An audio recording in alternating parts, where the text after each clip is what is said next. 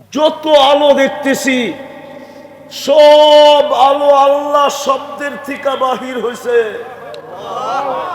চাঁদের আলো বলেন আর সূর্যের আলো বলেন, তারার আলো বলেন আর নক্ষত্রের আলো বলেন, জান্নাতের আলো বলেন আর যত আলো বলেন, সব আল্লাহ শব্দের থেকে বাহির হয়েছে। এই জন্যই কোরআন বলে আল্লাহু নূরুস সামাওয়াতি ওয়াল আরদ। যদি তুই বলার মতো আল্লাহ বলস তো তোর ভিতরটা আলো আর আলো, আলো আর আলো। রব্বে কাবার কসম, যুবক তুই এইখানের থেকে বসে জান্নাত দেখবি। এখন তো গুগল দেখোস, ইন্টারনেট দেখোস, এখান থেকে বসে আল্লাহ দেখবি। আল্লাহ এইখান থেকে বসে জান্নাত দেখবি, জান্নাত। আমি লিখি না, ইমাম কর্তুবী লিখছে। যুবক সারা রাত্র নামাজ পড়ে, সারাদিন রোজা রাখে, গরালারা বুঝাইছে পাগল হয়ে যাবি, আল্লাহ এত করতে বলে নাই। বন্ধুরা বুঝাইছে, প্রতিবেশীরা বুঝাইছে, যুবকের একই কথা, দেখা তো যায়, যাব কবে? একদিন সকালে যুবক রাস্তা দিয়ে দৌড়াইতেছে আর বলতেছে আইনা আইনা, আইনা কোথায়? বন্ধুরা জিজ্ঞেস করছে কিসের আইনা রে? একটু আগে চোখ লেগে গেছিল, দেখলাম জান্নাতের এক বাগান, যার ভিতরে ঝর্ণা প্রবাহমান, মেয়েরা পানি ভরতে ছিল, যাদের রূপের বর্ণনা সৃষ্টি দিয়া শেষ করতে পারবে না। আমি কাছে গেলাম, বলল আইনার জামাই আসছে। ভাবলাম ওদের মধ্যে কেউ হবে। আমি জিজ্ঞেস করলাম তোমাদের ভিতরে আইনা কে? তো হাসি দিয়া বলল আমরা কোথায়, ওটা তো আরো আগে। বলে হাঁটার গতি বাড়ায়া দিলাম, দেখলাম দ্বিতীয় বাগান, দেখলাম ওইখানে ঝর্ণা প্রবাহমান, প্রথম গুলার থেকে কোটি গুণ বেশি রূপসী মেয়েরা পানি ভরতেছে। আমাকে দেখা বলল আইনার জামাই আসতেছে। আমি বললাম তোমাদের ভিতরে আইনাকে? হাসি দিয়া বলল আমরা কোথায়, আমরা তো ওর দাসী, ও তো আরো আগে। বলে ছুটতে শুরু করলাম। তৃতীয় বাগানের ভিতরে যে দেখলাম মুক্তা খচিত একটা ঘর, গেইটে একজন দাঁড়ায় আছে, দুই দলের থেকে কোটি গুণ বেশি রূপসী। হায় হায় হায়, হবে না তো হবে না কেন যুবক? এতটুক তো মুস্ক দিয়া, এতটুক তো আম্বার দিয়া, এতটুক তো সাফরান দিয়া চেহারাটা তৈরি করছেন আল্লাহ হোয়াইট কাফুর দিয়া।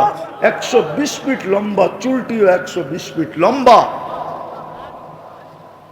3 কিলোমিটার ঘেরের কুচি লাগানো লেহেঙ্গা পরা থাকবে। এই দুনিয়া সুতা দিয়ে আল্লাহ বানাবে না, নূর থেকে সুতা বানাবে, ওটার থেকে কাপড় বানাবে।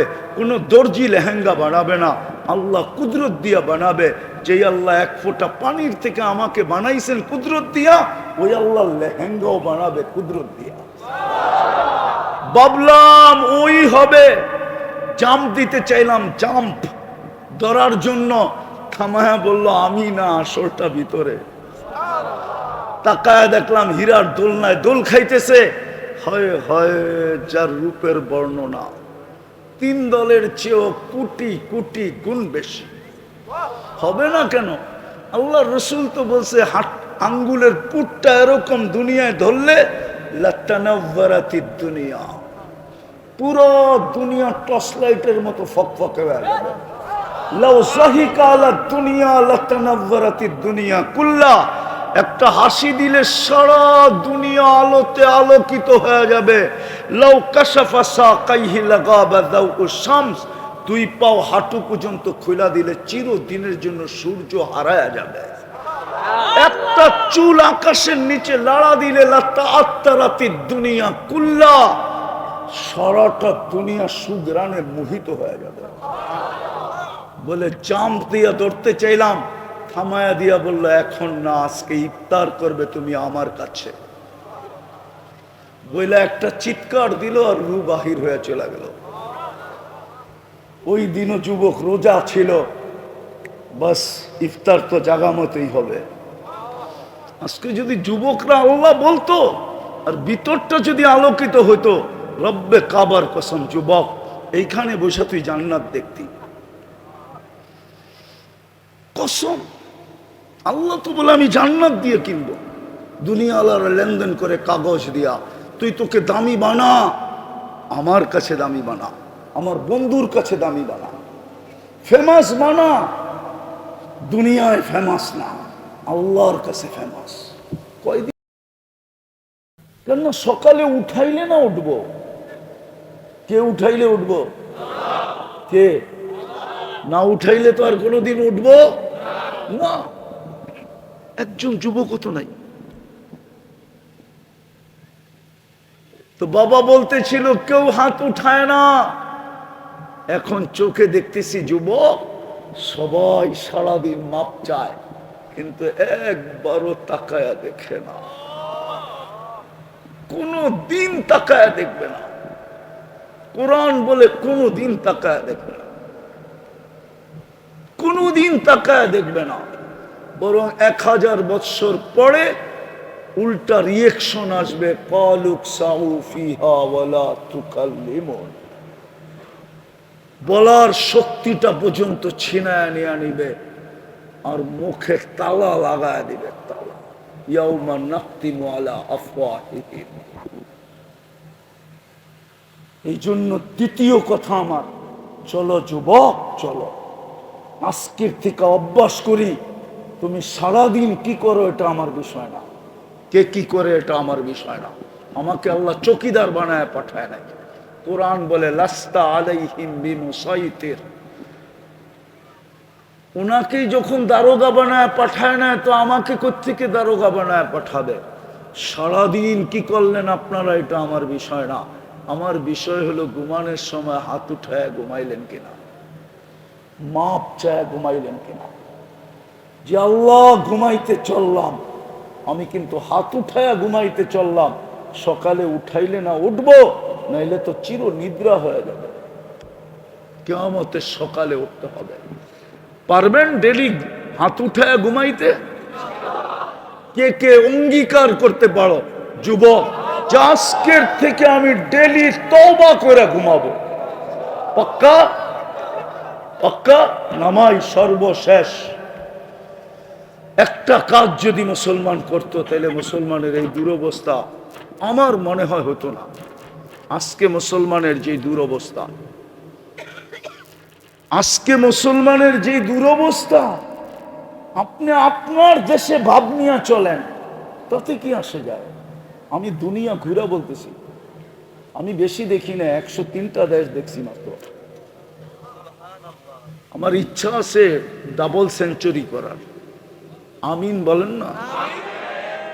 1 সেঞ্চুরি তো হয়েছে, আরেকটা করার ইচ্ছা আছে। ইনশাআল্লাহ, আল্লাহ যদি বাঁচায় রাখেন। আমি দুনিয়া ঘুরে বলতেছি, মুসলমানের এই দুরবস্থা কেন বলে? কেন? 250 কোটি মুসলমান, 60টা মুসলিম দেশ, দুনিয়ার সবচেয়ে বড় টাকা 4 দেশের কাছে। মুসলমানের চেয়ে খাওয়া দাওয়া দুনিয়ার কেউ খায় না, মুসলমানের মতো কাপড় চোপড় দুনিয়ার কেউ পরে না, মুসলমানের মতো আসবাবপত্র দুনিয়ার কেউ ব্যবহার করে না, দুনিয়ার মুসলমানের মতো ব্র্যান্ড দুনিয়ার কেউ ব্যবহার করে না।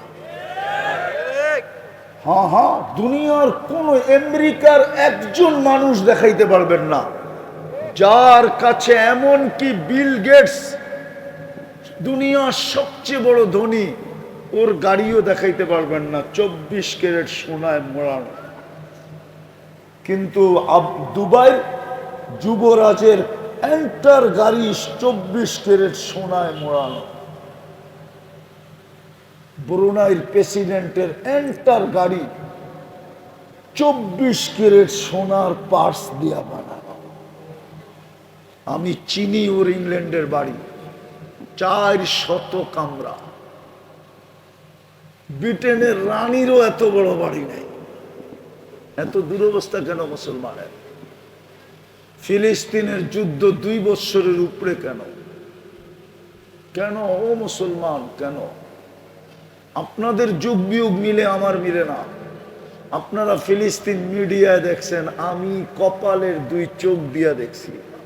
আজ থেকে 15 বছর আগে 2010-এ আমি চিনি ইব্রাহিম আলাইহিস সালাম কোথায় ঘুমাইতেছে, আমি চিনি মুসা আলাইহিস সালাম কোথায় ঘুমাইতেছে, আমি চিনি মুসা আলাইহিস ইসলামের শ্বশুর শুআয়ব আলাইহিস ইসলাম কোথায় ঘুমাইতেছে। আমি চিনি ওনার শিষ্য ইউসা বিন নুন কোথায় ঘুমাইতেছে। আমি চিনি আইয়ুব আলাইহিস ইসলাম কোথায় দুপুরে ঘুমাইতেন। অহংকার করে বলতেছি না, দেখতে যেয়ে আমিও ঘুমায় গেছিলাম। আমি দেখতে গেছিলাম এখনো তাসির আছে কিনা, উপরে যেয়ে আমিও ঘুমায় গেছি। নিচের থেকে পড়ে যায় আমারে ডাইকা নিয়ে আসছে, আরে তুই না হইলি দেখতে। আমি বললাম কখন যে ঘুমায় গেছি জানি না। আমি চিনি 70 জন নবীর কবর কোথায় কোথায় চিহ্নিত ফিলিস্তিনে। আমি চিনি 45,000 সাহাবা কোথায় ঘুমায় ফিলিস্তিনে। আমি চিনি জাফর ইবনে আবু তালেব কোথায়, যায়েদ ইবনে হারেসা কোথায়, আব্দুল্লাহ ইবনে রাওয়াহা কোথায়। আমি চিনি। আমি চিনি মুহাম্মদুর রাসূলুল্লাহ ইমামতি করছেন কোথায়, যার জন্য আল্লাহ কিয়ামতের আগে সশরীরে 1.25 লক্ষ নবীকে উঠায়া কিয়ামতের দিন উঠানের কথা, কিন্তু বন্ধুর সম্মানার্থে সম্মেলন করার জন্য, বন্ধুকে চিনানোর জন্য, বন্ধুর শান বয়ান করার জন্য, বন্ধুর মান বয়ান করার জন্য, বন্ধুর ইজ্জত বয়ান করার জন্য, বন্ধুর সম্মান বয়ান করার জন্য 1.25 লক্ষ নবীকে উঠায় সম্মেলন করছেন বাইতুল মুকাদ্দাসে। যুবক, তুমি না চিনো না নবীকে? ওই ফিলিস্তিনে 2 বছরের উপরে যুদ্ধ, একটা বোতলের পানির জন্য জান দিতেছে ছোট ছোট বাচ্চা, একটা রুটির টুকরার জন্য জান দিতেছে।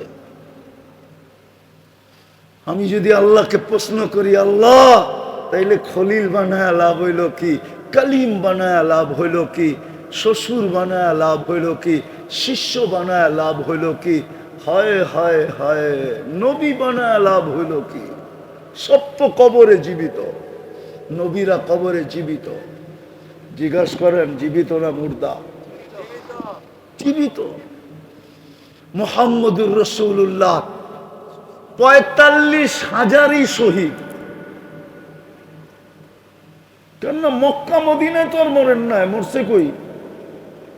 কোথায় মারা গেছে? ফিলিস্তিন। আল্লাহর রাস্তা না, শহীদ। ওরাও তো কবরে জীবিত।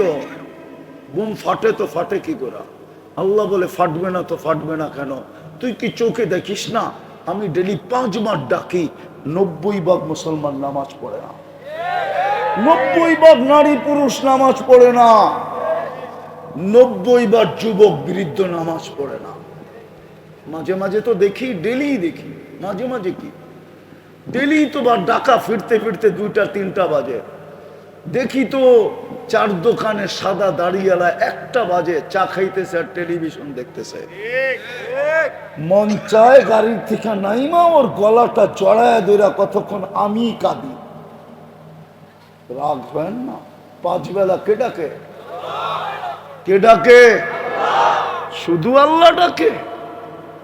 শুধু আল্লাহ তো ডাকে না, রহমান ডাকে, রহিম ডাকে, মালিক ডাকে, কুদ্দুস ডাকে, সালাম ডাকে, মুমিন ডাকে, মুহাইমিন ডাকে, আজিজ ডাকে, জব্বার ডাকে, মুতাকাব্বিরুল খালিকুল বারিউল মুসাব্বিরুল গফফারুল কহ্হারুল ওয়াহাবুর রাসাকুল ফাত্তাহুল আলিমুল কাবিদুল বাসিতুল খাফিদুর রাফিউল মুইজ্জুল মুদিল্লুস সামিউল বাসিরুল হাকামুল আদলুল লতীফুল খবীরুল হালিমুল আযীমুল গফুরুশ শাকুরুল আলিয়ুল কবীরুল হাফিজুল মুকিতুল হাসিবুল জলিলুল করিমুল রকিবুল মুজিবুল ওয়াসি আল হাকিমুল ওয়াদুদুল মজিদুল বাঈতুশ শাহীদুল হকুল ওয়াকিলুল কবিয়ুল মতিনুল ওয়ালিয়ুল হামিদুল মুসি আল মুবদি আল মুঈদ আল মুহয়ি আল মুমীত আল হাইয়্যু আল কাইয়্যুম আল ওয়াজিদ আল মাজিদ আল ওয়াহিদ আল আহাদ আল সামাদ আল কাদির আল মুক্তাদির আল মুকদ্দম আল মুআখ্খার আল আউয়াল ওয়াল আখির আল যাহির ওয়াল বাতিন আল ওয়ালি আল মুতাওয়ালি আল বাররুত তাওয়াবুল মুনতাকিম আল আফু আর রাউফ মালিক আল মুলক যাল জালালি ওয়াল ইকরাম আল মুকসিত ওয়াল জামি ওয়াল গনি ওয়াল মুগনি আল মানি আদ দার আল নাফি আল নূর আল হাদি আল বদি ওয়াল বাকি আল ওয়ারিস ওয়াল রশিদ আস সাবুর জাল্লে জালালু 99 পদের মালিক আল্লাহ তাকে। তারপরও 90% নামাজ পড়তে আসে না। সাহায্য করে তো করে কি করা? ফেরেশতা পাঠায় তো পাঠায় কি করা? আবাবিলকে হুকুম দেয় তো দেয় কি করা, মশাকে কানে কানে বলে তো বলে কি করা, অথচ আল্লাহ তো বলে লিল্লাহি জুনুদুস সামাওয়াতি ওয়াল আরদ, আসমান জমিনের সমস্ত সৃষ্টি আমার সৈনিকের অন্তর্ভুক্ত। আমি যদি আল্লাহকে আরেকটা প্রশ্ন করি, আল্লাহ আমাদের পরে তো উম্মত নাই, আমাদের নবীজির পরে তো নবী নাই, সৈনিক বসায় বসায় পাইলা লাভ কি? দেখেন না আমাদের দুরবস্থা। আল্লাহ ওই জবাবই দেয় যেটা আগে দিছে, আমি 5 বার ডাকি 90% আসে, 24 ঘন্টা আমারটা খায়, একবারও তো যুবক মনের থেকে আল্লাহ বলে একটা ডাক দেয় না। যুবক যদি বুলে সনম সনম 200 বৎসর বুলে যদি বলে সামাদ, আর আল্লাহ যদি সাড়া দিতে পারে লাব্বাইক ইয়া আবদি বইলা, তোকে তো মুসলমানের ঘরে জন্ম দিছিল, তোকে তো উম্মতে মুহাম্মদী হিসাবে নির্বাচিত করছিল, বাছাইকৃত করছিল, তুই যদি আল্লাহ বইলা ডাক দিতি তো কত জোরে সাড়া দিত। ওইখানেই তো সাড়া দিছে না, দেয় নাই? শুনেন না, দেয় নাই সাড়া? জিজ্ঞাসা করছে সৃষ্টি এখনো তো মূর্তির সামনে বসা, এত জোরে চিৎকার দিলেন কেন? তা আল্লাহ বলছে অপেক্ষায় ছিলাম, ভুলে হইল একবার আমাকে ডাকো। দ্বিতীয় জবাব দিছে ওড সাড়া দেয় না, আমিও যদি সাড়া না দেই তো পাথর আর আমার মধ্যে পার্থক্য কি? দ্বিতীয়টা শুনবেন, ইব্রাহিম আলাইহিস সালাম মেহমান ছাড়া খাইতেন না, দুপুরবেলা মেহমান নিয়ে বসছেন, জিজ্ঞেস করছে কার পূজা করিস, কার ইবাদত করিস? সূর্যের পূজা করি, ইবাদত সেবাদত বুঝি না। তো বলছে ওঠ, খলিলের খানা তুই খাস কি কইরা? তো বাড়িতে বাইরে কয়েক কদম গেছে, আল্লাহ ডাক দিছে খলিল 250 বৎসর 2 বেলা খাওয়াই, 3 বেলা খাওয়াই, 1 বেলা খাওয়াইলেন না, উঠে দিলেন। 250 বৎসর তো আমি 3 বেলা ওকে খাওয়াইতেছি সূর্যের পূজা করা সত্ত্বেও, আর আপনি 1 বেলা খাওয়াইলেন না, উঠে দিলেন। বস বাড়িতে বাইরে দৌড়, যে ধরছে হাতে, চল ভাই। কেন? খাইতে চল। এত বড় নির্লজ্জ না, প্লেট থেকে উঠায় দিস, আবার তোমার বাড়িতে খাইতে যাবে। তারপরে বলতেছে শোনো, আমি জানি তুমিও আমার পিছনে দৌড়ানোর পাবলিক না, কিন্তু বলো মধ্যখানে ঘটছে কি? তো ইব্রাহিম আলাইহিস সালাম বলে তুই ঠিক বলছস, আমিও জানি তোর আত্মমর্যাদাহীন না, তুই হাতে ধরলে দ্বিতীয়বার আমার প্লেটে যাবি না, আর তুই আমার ব্যাপারে যেটা বলছ ওটাও ঠিক, আমি তোর পিছে দৌড়ানোর ব্যক্তি না, কিন্তু করব কি? তোর মালিক তো চিৎকার দিয়ে দিছে, তোর মালিক তো বলছে খলিল 250 বৎসর 3 বেলা খাওয়াই, 1 বেলা খাওয়াইলেন না, উঠা দিলেন। বলল মালিককে? তো মালিকের পরিচয় যখন দিছে তো বলছে খলিল যাব তোমার প্লেটে খাইতে, কিন্তু আগে হাতটা বাড়াও, ওই মালিকের হইয়া নেই। ও যুবক, তুই তো মুসলমানের ঘরে নির্বাচিত, তুই তো উম্মতে মুহাম্মদী হিসাবে বাছাই করিত, একবারও তো আল্লাহ বলে না। মুহাম্মদুর রাসূলুল্লাহর রঙে তো রঙিন হয় না, যে আজও কবরে কাঁদে, বাকিগুলা বাদই দেয়া। আমি তো আমার সমাজকে দেখি সামান্য একটা পথ পাওয়ার জন্য হায় হায় হায় মরতে রাজি, মারতে রাজি, রক্তের বন্যা বওয়াইতে রাজি, স্ত্রীকে বিধবা করতে রাজি, সন্তানদেরকে এতিম করতে রাজি, তাজা বুকের রক্ত ঢাইলা দিতে রাজি, শুধু ছোট একটা কমিশনার হবে, ছোট একটা ইউনিয়ন পরিষদের পদ পাবে। তোমার আমার নবী তো কিয়ামতের দিন মাকামে মাহমুদ পাবে। বলো ওলামা বসবে কিনা, কোন ওলামা প্রমাণ করে দিতে পারবে কিনা? এত বড় মাদ্রাসা মাদানীনগর যদি প্রমাণ করে দিতে পারে, যা শাস্তি আমি মাথা পেতে নিব। আমাদের নবীজি তো বসবে না চেয়ারে, শুধু হাতলে হাত রাইখা দাঁড়ায় থাকবে। আল্লাহ বলবে বসবেন না কেন?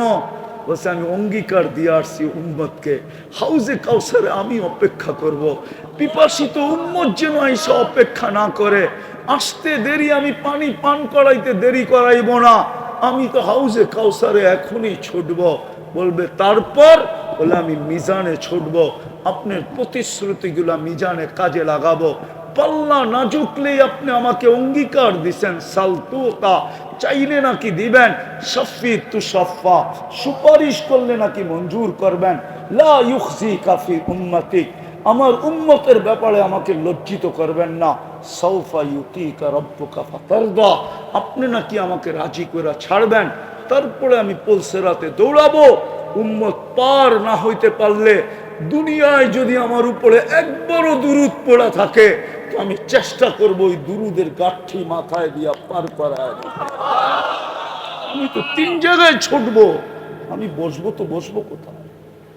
ওই রসুলের রঙে রঙিন না। আসেন সর্বশেষ অঙ্গীকার করি, কমসে কম আজকের থেকে নামাজ ছাড়ব না। অঙ্গীকার, ওয়াদা, পাক্কা। হ্যাঁ হ্যাঁ, শেষ কথা বলতেছি। এই জন্য ইহুদিদের কিতাবে লেখা আছে, ইহুদিদের সবচেয়ে গ্রহণযোগ্য কিতাবের নাম হলো তালমুদ। তালমুদে লেখা আছে মুসলমানের জুমার জামাত আর ফজরের জামাত যেদিন সমান হবে, আমি তো আজকে 10 বছর ধরে এই চিৎকার দিতেছি, কোনো আলেমও কর্ণপাত করে না, জাতি তো দূরের কথা। হায় আমার কথাটা যদি সারা দুনিয়ায় পৌঁছতো মুসলমানের কানে, যতক্ষণ পর্যন্ত জুমার জামাত আর ফজরের জামাত সংখ্যায় সমান না হবে অতদিন পর্যন্ত মুসলমানের বিজয়ের পালা শুরু হবে না। না আল্লাহর ঘর খালি আর আপনি উড়াবেন ঝান্ডা, ইম্পসিবল। আমি গাইটা বলতেছি, গাইটা ছাড়া না। আমি ফেসবুক লেখি না, আমার কোনো ফেসবুক নাই, কোনো আইডি নাই। আমি কিতাব গাইটা বলতেছি। আমার নিশাই কিতাব পড়া, আমার আর কোনো নিশা নেই। 2টা নিশা, একটা হলো পান খাওয়া আর একটা হলো কিতাব পড়া। পারলে ঘুমের মধ্যেও পান খাই। আমি কিতাব গাইটা বলতেছি, তালমুদে এখনো লেখা আছে। আর ওরা এটা বিশ্বাস করে, এই জন্যই সব মসজিদে স্যাটেলাইট লাগানো আছে। ওরা ডেলি খবর নেয় মুসল্লি বাড়ে না কমে। পায়ে হাত দিয়া বলি আজকের থেকে আসেন, নামাজ আর ছাড়বো না, মসজিদ আজকের থেকে ভরবো। ওয়াদা, ওয়াদা। আল্লাহ আমল করার তৌফিক দান করেন। ওমা আলাইনা ইল্লাল বালাগ। লাকাল হামদ।